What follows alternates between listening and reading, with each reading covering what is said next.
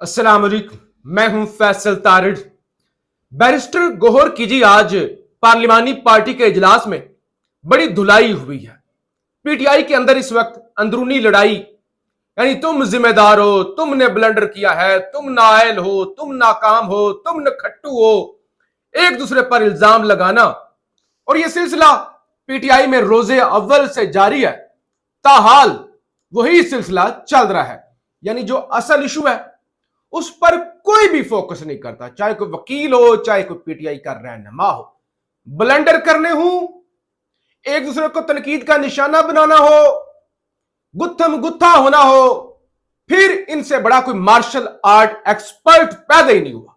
लड़ेंगे मरेंगे। अब हुआ क्या है, आज सुबह आपको खबर दी थी कि अमरीकियों ने बुलाया और पीटीआई वाले गए ही नहीं।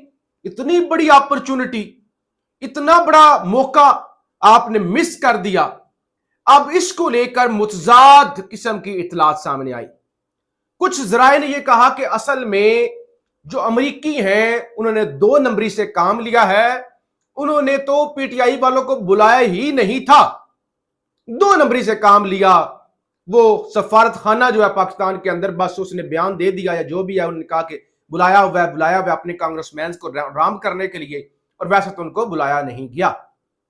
अब एक और अराज सामने ये आई कि क्योंकि ये रऊफ हसन के जरिए दावतनामे सामने आए थे, तो रऊफ हसन की अमरीकी सफारत खाने के साथ अपनी लड़ाई चल रही थी कि मुझे क्यों नहीं बुलाया। तो अगर उन्हें नहीं बुलाया गया तो उन्होंने कहा फिर कोई भी नहीं जाएगा, मैं पैगाम ही आगे नहीं दूंगा। जबकि एक दूसरी इंफॉर्मेशन यह भी है कि बुलाया गया था, यह साहबान किसी और मसरूफियत में थे। आज जब पार्लिमानी पार्टी का इजलास हुआ है ना, उसमें खुलकर लड़ाई हुई है कि आपने किया क्या है, आप क्यों नहीं गए, इतना मौका आपने जाया किया। और ऊपर से फिर तनकीद, जाहिर तनकीद तो होगी ना, तनकीद तो होगी। अब ऐसा तो नहीं हो सकता कि आप ब्लंडर करें, आप वेलियां मारें, आप मुफ्त की जिसे कहते हैं रोटियां तोड़ें, इतने बड़े बड़े ओहदे लेके, ना आपसे कोई हिकमत अमली बन रही है, ना कोई एहतजाज हो रहा है, ना कोई तहरीक चल रही है। तो बहरहाल जराए ये दावा कर रहे हैं कि बैरिस्टर गौहर एंड कंपनी पार्लिमानी पार्टी को एतमाद में लेने में या उन्हें मुतमिन करने में नाकाम नजर आए हैं। उसके बाद जब वो बाहर निकले पार्लिमानी पार्टी के इजलास से, तो सहाफियों ने बैरिस्टर गौहर से इसी मुताल्लिक सवाल किया कि आप क्यों नहीं गए, अमरीकियों ने बुलाया था, वो आपके ओवरसीज पाकिस्तानियों की बड़ी एफर्ट थी, तो आप गए क्यों नहीं। अब जो बैरिस्टर गौहर की जानब से जवाब आया है वो मैं आपके सामने रखना चाहता हूं। वो कहते हैं रऊफ हसन से पूछा था, हमें कोई अमरीकी सफारत खाने से कोई दावतनामा मौसूल नहीं हुआ, मैंने सेनेट और कौमी असेंबली में भी चेक किया, वहां भी कोई दावतनामा नहीं गया, मुझे ईमेल पर भी कोई मौसूल नहीं हुआ दावतनामा। अमरीकी सफारत खाने से दोबारा राब्ता करेंगे, शायद उनसे मिसअंडरस्टैंडिंग हुई है, हमें अमरीकी सफारत खाने से दावतनामा मौसूल हो तो जरूर जाएंगे। 4 जुलाई को भी जब बुलाया था तो मैं पर्सनली गया था, उनका पहले भी बुलाया था तो जाती तौर पे मैं गया था, तो आप भी अगर बुलाते तो हम जरूर जाते, हमें बुलाया ही नहीं गया। तो क्या यहां पे अमरीकी सफारत खाने की जानब से कोई 2 नंबरी की गई है। जबकि कुछ जराए ये दावा कर रहे हैं कि अमरीकी सफारत खाना उन्होंने जो है, और फिर स्पीकर ने भी पीटीआई के 2 रहनुमाओं को बुलाया था कि आप आए, दावतनामा इशाया है।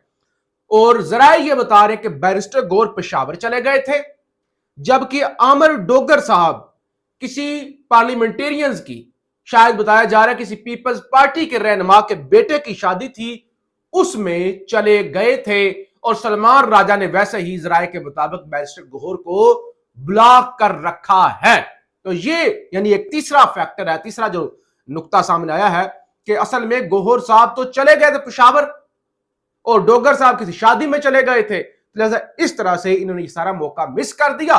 और अब कह रहे हैं कि हमने तो जमीन आसमान हर चीज ढूंढ के देख ली है, किसी किस्म का हमें कोई दावतनामा सामने नहीं आया।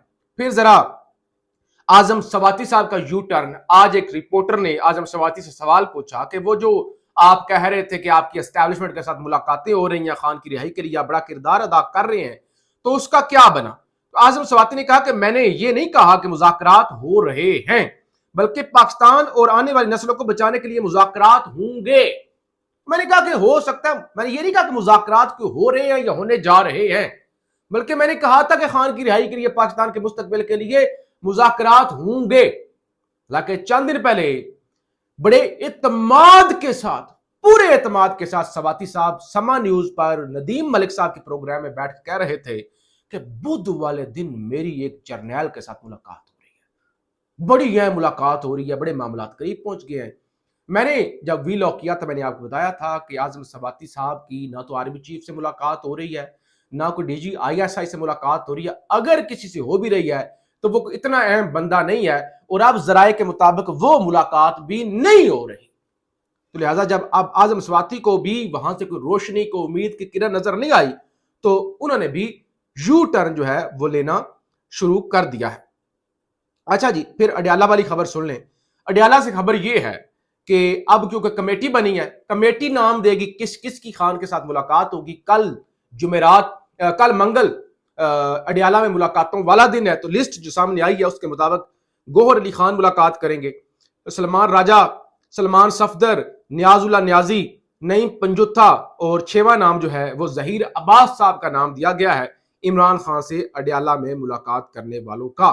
اور پھر جناب نون لیگ لیٹ گئی ہے، پیپلز پارٹی کی منتیں کر رہی ہے کہ آپ ہمارے ساتھ چلیں اور نیرو والے معاملے پر ہم بات کرنے کے لیے تیار ہیں۔ کہتے ہیں چپکے چپکے ایسا کرتے ہیں، یعنی یہ پیپلز پارٹی کے ذرائع دعویٰ کر رہے ہیں کہ ایک اہم وزیر کی جانب سے پی پی سے رابطہ کیا گیا اور انہیں کہا گیا کہ ہم نیرو والے ایجنڈے کی منظوری نہیں دیں گے، بلکہ ہم اس کو ہولڈ کر لیں گے، چپکے سے پیچھے کر لیں گے، اسٹیبلشمنٹ کو بھی لارا لگا کے رکھیں گے اور ہم اس سے پیچھے ہٹ جائیں گے، کھل کر اعلان نہیں کریں گے، آپ فکر نہ کریں اور بس جو ہے آپ ہم پر اعتماد رکھیں۔ لیکن پیپلز پارٹی کی جانب سے کہا گیا کہ نہیں، ہمیں اب آپ پر اعتماد نہیں ہے، آپ نے پہلے ہی ہمارا اعتماد توڑ دیا جب آپ نے وہ کمیٹی کے منٹس لیک کی ہیں۔ اور انہوں نے کہا کہ ایک وفاقی وزیر کی جانب سے وہ زرداری صاحب والی جو میٹنگ تھی جس کی انہوں نے منظوری دی تھی نیرو کی، اس کے منٹ جو ہے وہ غلط طریقے سے آپ نے فیڈ کی ہے، میڈیا کو لیک کی ہے، اب ہمیں آپ پر اعتماد نہیں ہے،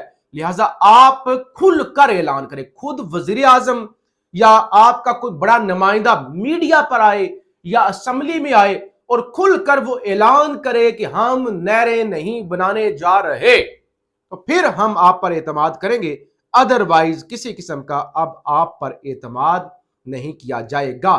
پھر جناب سپریم کورٹ کے اندر آج اہم ملاقات ہوئی ہے آئی ایم ایف کے وفد کی اور سپریم کورٹ بار ایسوسی ایشن کی، اور جو اعلامیہ سامنے آیا ہے، یعنی آئی ایم ایف کو ایسے بریف کیا گیا ہے کہ 26ویں ترمیم کے بعد پاکستان کے حالات ہی بدل گئے ہیں۔ یہ اتنی بڑی پوزیٹیو تبدیلی آئی ہے 26ویں ترمیم کے بعد کہ عدلیہ کے وارے نیارے ہو گئے، پاکستان میں انصاف کی ریل پھیل ہو گئی۔